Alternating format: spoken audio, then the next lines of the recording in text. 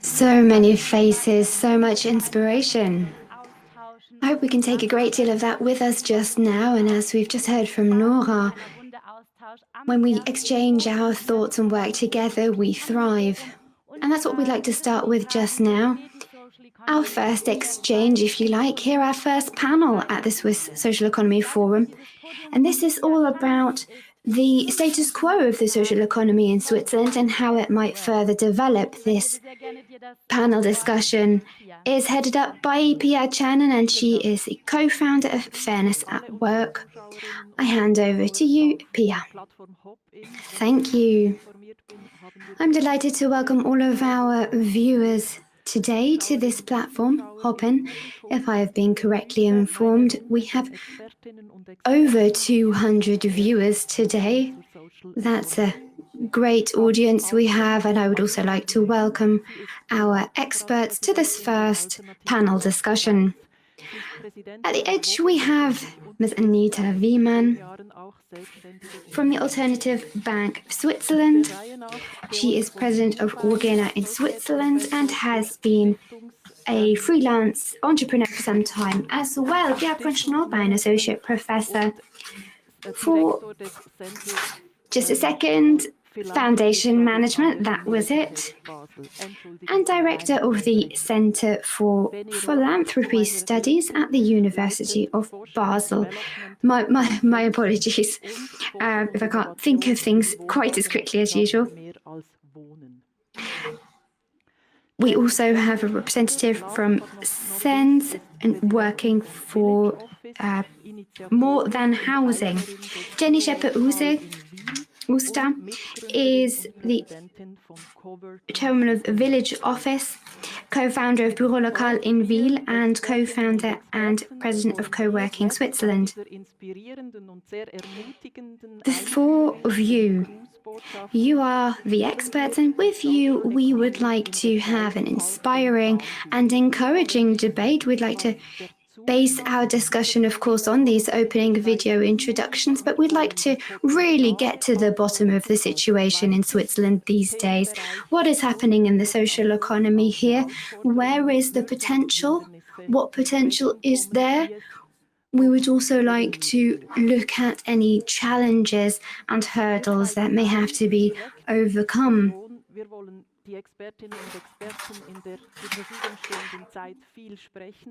Let's start with our discussion. Of course, the representative from SENS was Dr. Benny Rohrbach, and we'll hear a great deal today from various speakers today. You have insight into this area from your professional background, Dr. Georg von Schnorbein. Well, thank you very much for the invitation. I'm delighted to be here today. And we've already heard the social economy isn't really a new thing. There are actually very old companies that follow this mentality in Switzerland, and there have simply been many additional movements in the same vein in recent times. It's not quite as visual as it has previously been.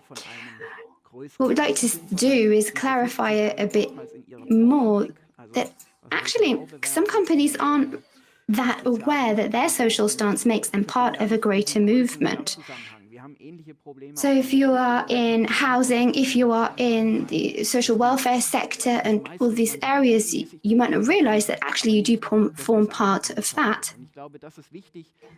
Now, mostly you feel part of a certain industry, but you're not so much aware of the greater whole. And I think here in this environment and at SENS, you have the opportunity to say, well, actually, who belongs to this movement, and look at that more closely. These criteria will be the topic for us later. Anita Wiemann is with us today, and you have a company, the Alternative Bank of Switzerland, that is one of the longest standing companies of its kind in Switzerland. From the very beginning, you have been part of its story. Now, how did you experience its development, and how would you describe the status quo in Switzerland for the social economy at the moment? Well, if we look at the example of ABS, then we have a community that has in fact been just despairing over a certain situation, looking back to the 80s, the banking environment, all of this dictatorship and all of the illegality. You can argue over whether or not it's the same today or not, but all the same. So in the 80s, back in the day, red, green, alternative people, alternative mindsets, and born of this sustainable development, and people have been saying that you have to have a banking system that isn't dirty in this way, and that was what was triggered. And from the very beginning, that was a group of people that was carrying forward that idea of the banking system. People were a little suspicious in the beginning, legendarily, this is just something that just works. But once you have founded certain structures, you need to be able to then also work together. And in the beginning, that wasn't quite as successful. There were projects that required financing that were important to us, that were difficult for traditional banks to be able to support. So the cooperatives, any kind of thoughts behind things working democratically versus and also receiving funding. I think this exchange between people requiring money, people giving us money because they want to make the world a better place, or at least push development forward a little bit, versus customers coming to us saying, I'm not getting any funding for my small enterprise that I would like to fund. Can you help us? And we then tried to build a bridge between those parties, and this is a principle that carries us forward to this day. We never had the intention of becoming particularly large scale. We didn't want to grow, but it's this community that is the carrying force and encourages you to do things that have never been done before. It doesn't really matter whether other people understand, if you know what I mean. So this is what I would really like to emphasize. Don't let anybody get you down. We're often misunderstood, but that's okay. Quite right. It doesn't matter. But of course, you do have a very specific focus. You wanted to create something new, do something differently, do something better. Jenny Shepper, I would say you are a member of the younger generation. If we look at the history of the social economy, the younger generation that you belong to, Coworking Switzerland, you co-founded. This is a topic as well that has only really become a topic over the past few years. What is your perspective on the social economy today? I think co-working in and of itself is a social economy because it brings people together who have the same ideas. It's very much part of the sharing economy per se, because you are sharing a workspace, you are able to exchange ideas with one another, and this then progresses from there. The basis for Co-working Switzerland was having an exchange of ideas and to raise its profile, to have a network that could be activated. And in founding a village office, then that was all about providing some economic impetus, having that provided in other regions, having a network that could be activated, and really having a face for this concept other than just in the city. Thank you. Let's come to Benny Rohrbach. Last year, for Sense, I would say you undertook the first quantitative research into the social economy in Switzerland. Would you say village office is a typical example for today's Swiss social economy? And how about the products that you have realized for Sense recently? How do they all fit in? Well, it's difficult to say whether a village office is really a typical case or not, because you have been presented in the form of a portrait in the monitor, and this was a delight for me to see. And this is disproportionately often the case that the social economy, it's carves a slightly different path than do traditional companies. But what I'd like to tack onto that is actually to Georg's statement from before, is that many of these companies aren't really aware that they are part of this social entrepreneurship movement. And I think that I can absolutely agree with that. And it's much like what Anita was saying, these are like-minded people that come together and say, it must be possible to do this a different way. Surely we must be able to do this in a better way and have a better effect. And at that time, you don't really realize that you're part of a movement. And the nice thing that resulted from that was that the social economy in Switzerland, I think it's not quite uniform enough yet. We're not yet speaking with one voice. You have various representatives from different industries. We have long-standing companies, newer companies, an entire range of companies that form part of this picture, but there is not one uniform voice speaking up for this. And that is what we are trying to do at SENS, is promote this uniformity in a way. So one voice then, and all speaking in favor of one thing. This brings us directly to our second topic for today, namely any potential that is out there. So the social economy in Switzerland, will it succeed in transforming the economy? Will the economy become more sustainable? Will all of these wonderful notions that we are touching upon and heard in the introduction be realized in practice? And so I would like to start in practice, in professional practice. Jenny Shepper, you had a vision with Village Office. By 2030, you wanted to have 1,000 co-working spaces in all of Switzerland. You wanted each and every Swiss person to, I think it was in a quarter hour, no?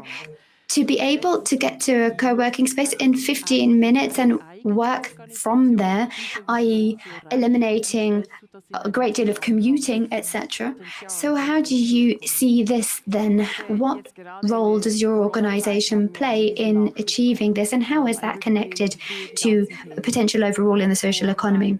Well, I think at the moment, in times of corona pandemic, there are all of these topics that come up, and they're different to topics that were arising previously.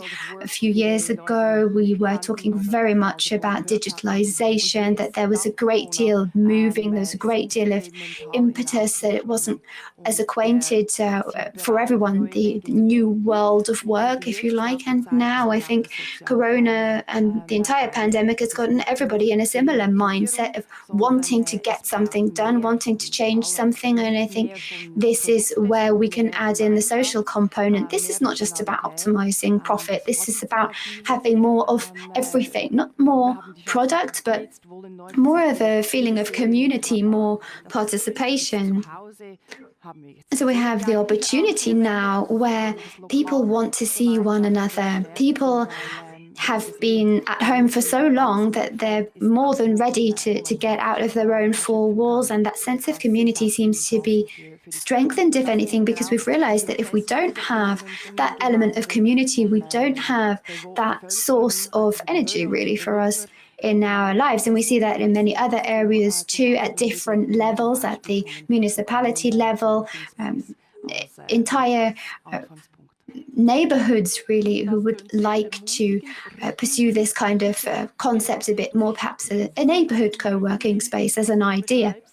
Well, this sounds very encouraging, actually. This could be a positive drawn from the crisis, a source of impetus for this further development. Anita Wiemann, your experience is more the contrary, that there has been a certain amount of resistance, particularly in the banking world. This is how you described it to us. And perhaps could you give us your perspective on what Jenny is saying? Do you have a converse opinion on this? Well, over the years, we've seen that we have been able to achieve something. We've been able to occupy a space, if you like. And it's only then, it's only when you are actually achieving something that you can encounter resistance. So it's not as if we had any role models or something that were saying, no, hang on, it was really us. We wanted to be able to achieve something. And I'm encouraged that there is a great deal we can still achieve, especially if we look at the Alternative Bank Switzerland. The financial field is not an exception in this regard. This is one of the questions that comes up again and again. You know, I have a great idea. I want to make this idea a reality, but how do I get the money? And this is a topic that is relevant to all startups And it's really about enabling the flow of ideas, enabling ideas to emerge and take form. If you look at Global Alliance, or if we look at our own products, say, we have started our own fund to show really that people should be aware of what they're doing with their money. If you have too much on your mind in terms of ecological considerations, where will I get my meat from, etc., people think about these things a great deal, but they don't think so much about where they are putting their money. And that is a field where we would like to achieve a bit more yet. We would like to raise awareness a little more. We would like to encourage people to take note that in fact, this is a tool for them where they can exercise a certain amount of influence over the situation. I think the entire community that is coming into being now, the young ones, the Greens, all of these forces, the criticism of capitalism, this is trendy these days too. There's a whole lot of energy around, and we should tap into that for finances with our experience, with the funding that we have at our disposal, just to really have it be a bit more energetic so that we can achieve change that would otherwise not be possible. I'd like to pick up on that point, financing, funding.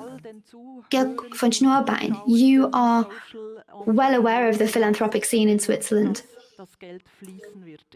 Perhaps you can explain to the viewers and hopefully encourage us in our belief that there will be money for our endeavors.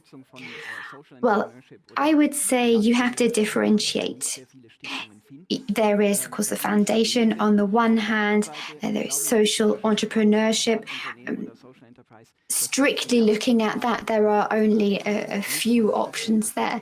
But I don't think you can really have a social enterprise without some kind of support from a foundation in the very beginning. I think it's more about finding out what your topic is and where you have this topical common ground with sources of funding. And there is a great deal of support out there. This has come on a great deal.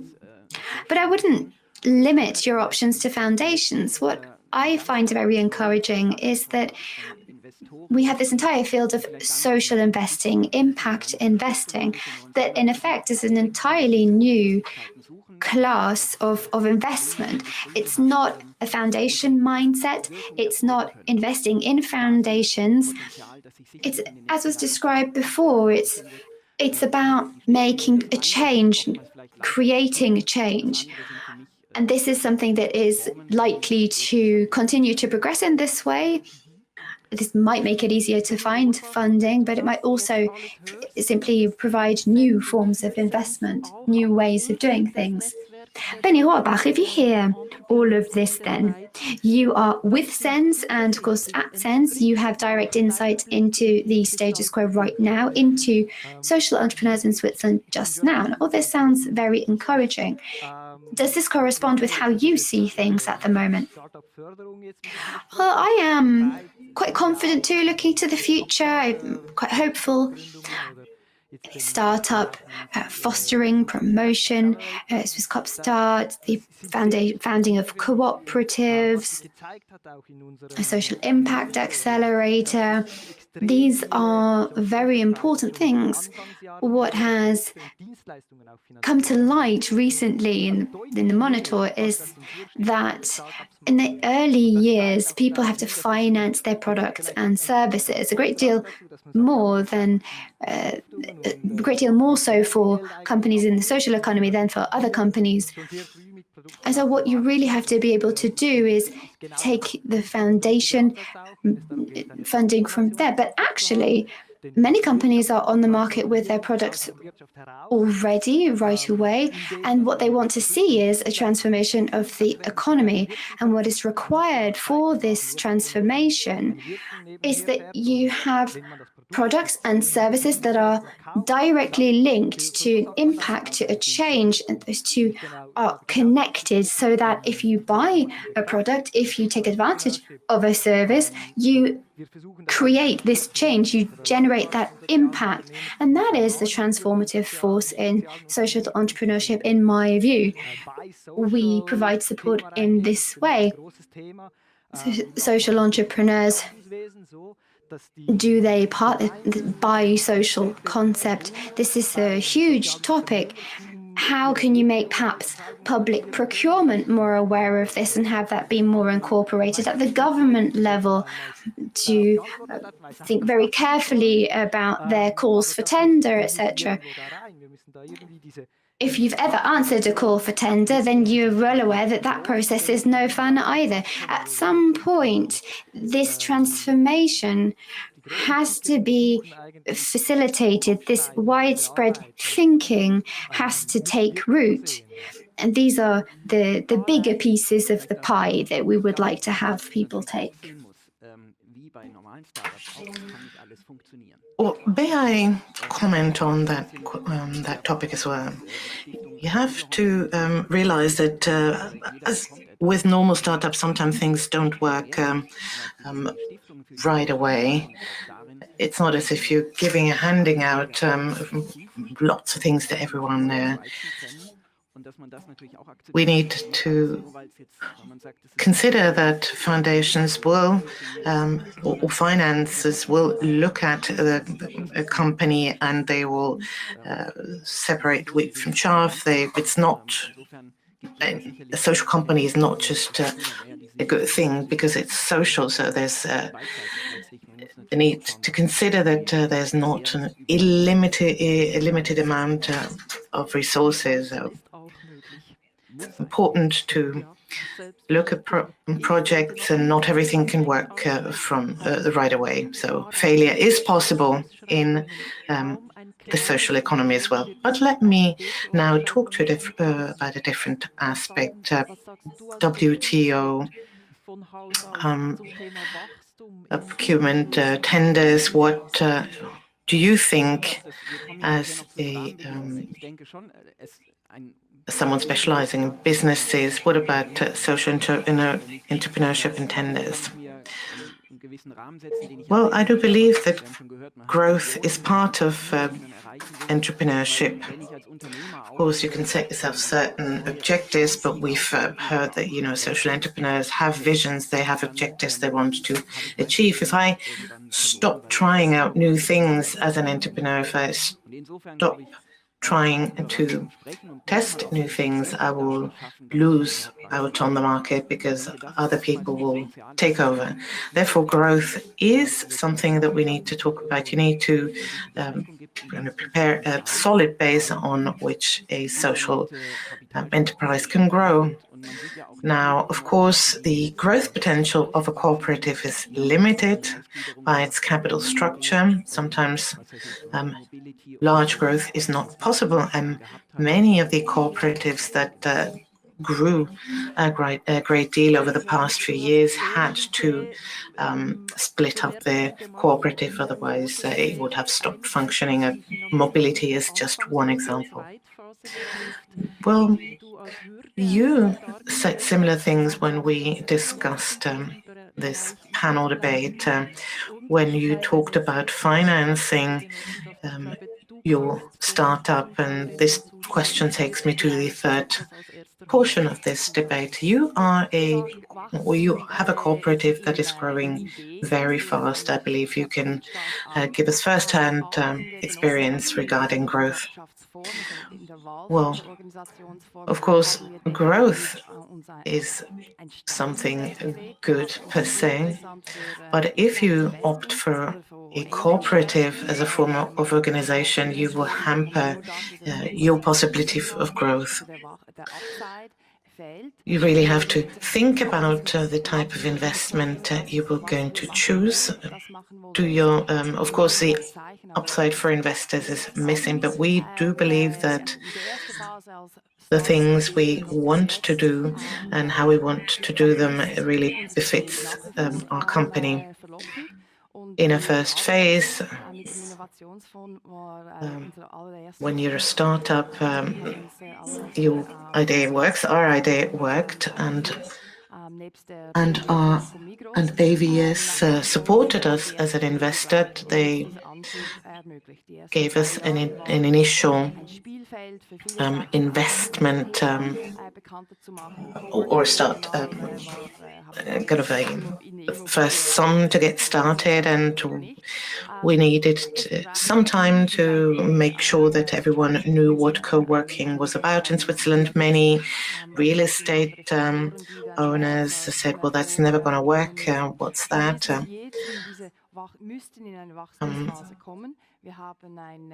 And so we had to look for different options. And when it comes to financing, we now are launching a next phase. We have tried and tested our system.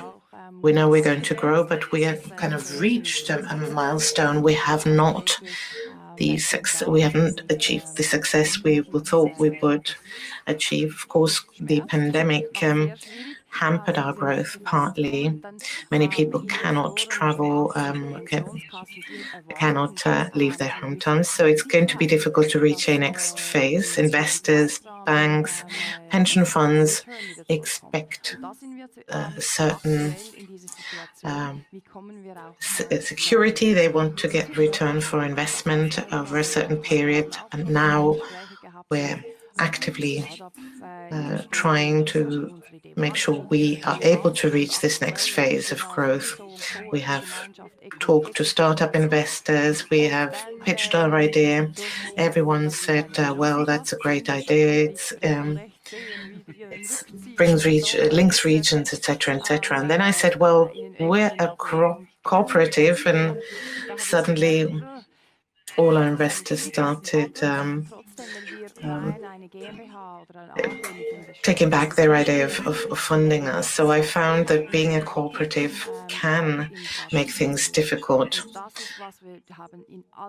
So at a certain point in time, you might have to think about turning your cooperative into a limited company.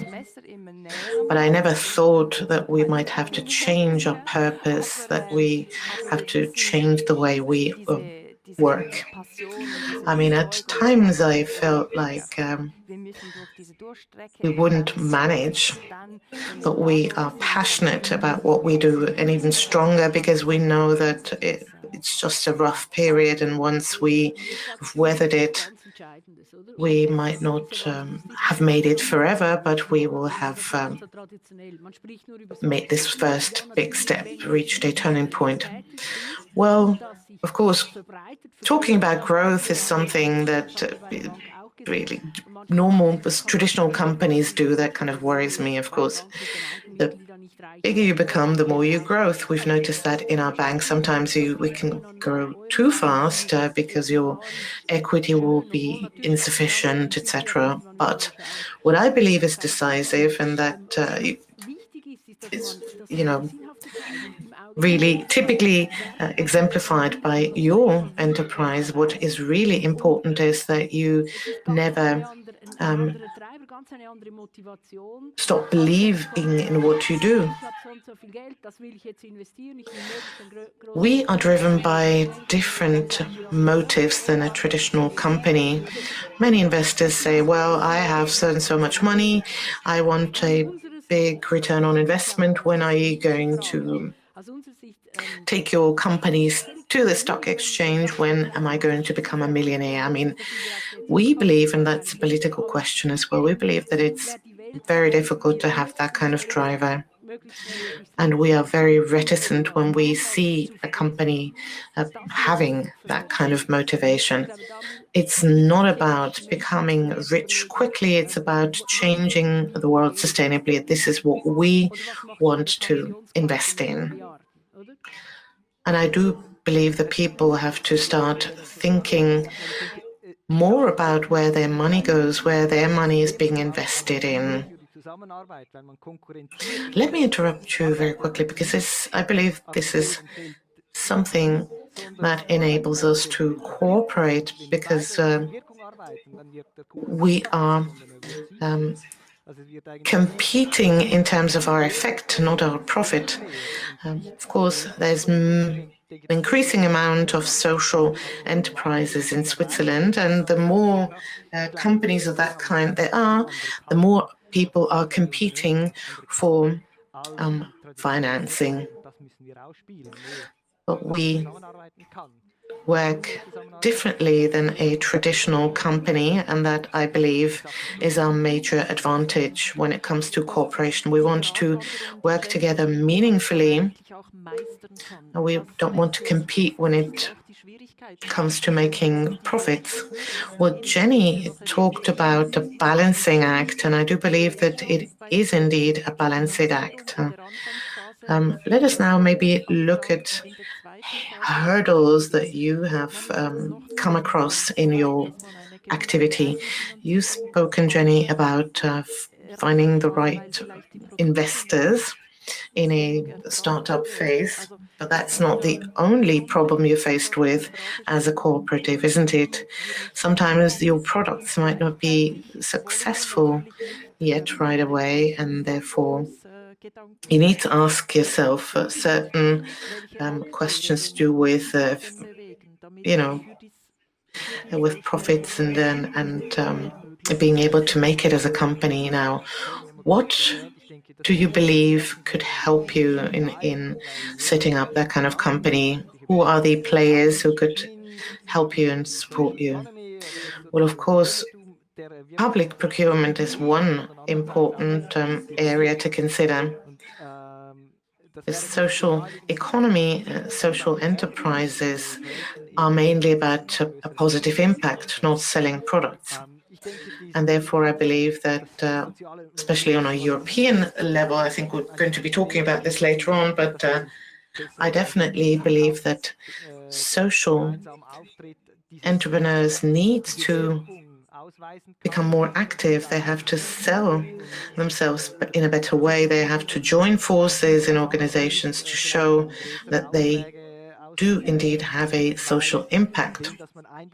So it's important to get together, to maybe work jointly on larger projects.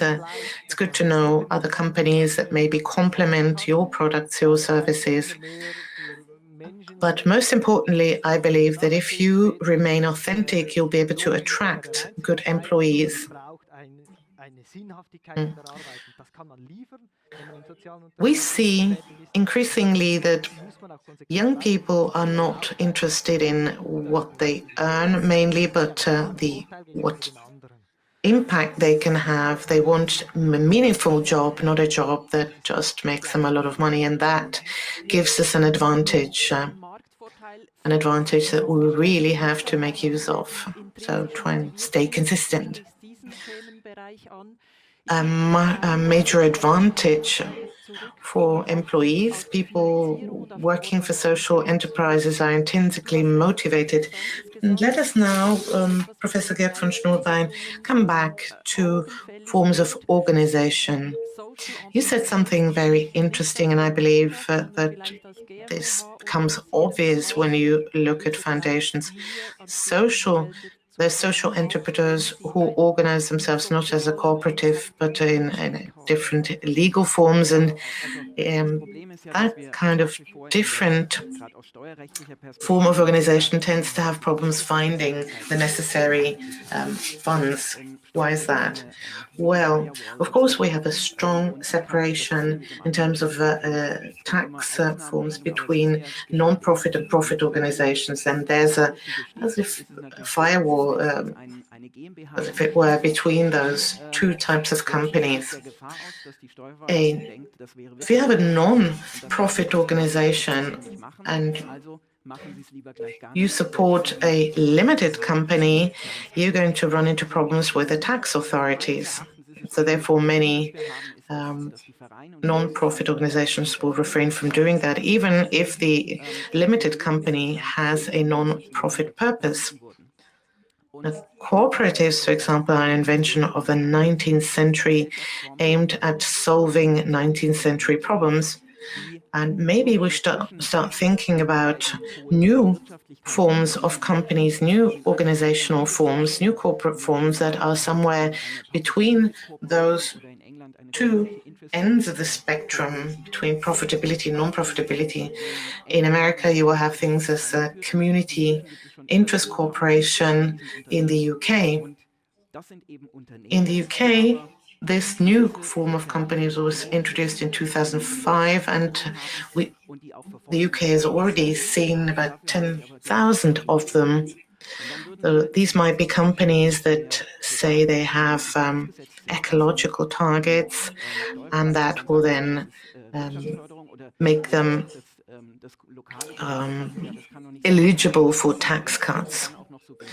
Now, someone might say that this is an illegal form of competition, or that this is favoritism. I believe that if we looked for different types of legal forms, we might avoid those problems. And there's many companies in Switzerland that would do well if they were renamed and had a different organizational form. Would that have helped you at the beginning? Well, we already thought about this in 2016. In 2016, when we established our cooperative, that legal form was the best possible form for us. In the meantime, we start thinking about changing our legal form. In Basel, many business people promote the idea of having a different form of cooperative, a cooperative with different responsibilities and a different organization. We have decided to stay the way we are because it might affect our financing and funding. And thinking about new ways of working has enabled us to really sharpen our focus. We thought about becoming more economic. We want to be autonomous financially because it can't be that we depend on external funding forever. But we were definitely happy to have financial support during the corona pandemic. Of course, we have developed new projects as well in the franchise area in particular, and the Mercato Foundation has decided to support us. The minute you have a new idea, you will find financial support, and that financial support is needed in an initial phase, but the next phase is the difficult phase, and there you need a proper network. You need to have partners, such as Sense, for example. And the nice thing about the social economy is that you have a network of stakeholders, you have a network of people interested in similar ideas. I do know that I have people I can talk to and explain to them that I'm in a difficult situation. And I will always find people who will be willing to help me through a friend of a friend of a friend. Thank you very much. We have a few minutes left for one final round in this very interesting panel. Thank you very much for your contribution so far. Could I please ask you to give me one last statement expressing your wish for the future? Is there anything you would like to give other companies in terms of advice? Well, we've discussed several things in this panel. We mainly said that it's important to have a community that carries an idea and helps support it and maintain it alive. We're not lone fighters. I believe it's important to do something uniquely different. I mean, our strength is that we are unique and different. People don't tend to not understand us, but we believe that our uniqueness is a strength. And I think that you can definitely survive even when people don't understand you at times. I believe it's important to have contacts. We have some cooperatives right now who move away to other different types of banks because they're looking for the cheapest mortgage. Now, it's a nice thing to build a cooperative housing community that is environmentally friendly and fulfills all the necessary criteria. But I believe that apart from doing that, you should support other like-minded organizations, join forces with people who have similar goals, and I keep enjoying what I do, even though it's sometimes requires lots of energy and strength. There's power and a great deal of ability to believe in a future in what we do. That's well said. We need to make sure that we have a convincing and good story. We know that there's a limit to growth. In social economy, I believe we have not reached that limit yet. We have a long way to go. And social entrepreneurship, of course, has been around in Switzerland for many years, and I believe it has a very, very good future. However, we need to sit together on a regular basis and talk about what we want to achieve, how we can create networks, how we can join forces and support each other. Now, of course, it would be easier if there was a unique legal form, especially for the Federal Office of Statistics. I don't know whether a new legal form is going to solve our problems, but it's important for us to sit together and exchange, and this is one opportunity we have to do that today. This is why we created this international platform. Georg? I think it's always interesting and great to see what is being developed in terms of social enterprises. It also has to do with being an entrepreneur, with wanting to explore new things and go beyond where other people go.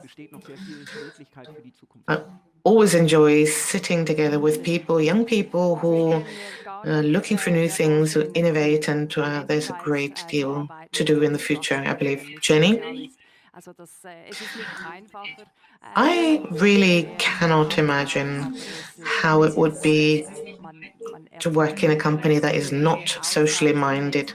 Of course, it was hard work to set up a company like ours, but we have found that we have been able to impact society. We have been able to create a network that is very, very helpful and supportive. And this is just something unique. I mean, we're not generating profits. We're not yet able to survive, but we're taking small steps and we enjoy what we do. You don't need to take quantum leaps every time. Today I've spoken to a friend and she said, I agree with you, small steps will take you to your goal as well. Never give up. However many times you fall, always get up. Thank you very much for those statements. We've heard many interesting statements, very encouraging statements. There's a great deal of enthusiasm around, and I can tell that you're all thriving with ideas. We've covered the different hurdles and limitations for social enterprises in Switzerland. There's a lot of work to do, a lot to discuss, and you are going to have many opportunities to do just that this afternoon. There will be different workshops, different panels, where we will be able to go into more detail, covering all the questions that we now talked about. I hope that you will continue having this untiring enthusiasm and that you will be able to overcome all the hurdles that there might be. Thank you very much for your attention. And I'd like to thank our panelists for their contributions. Have a wonderful afternoon.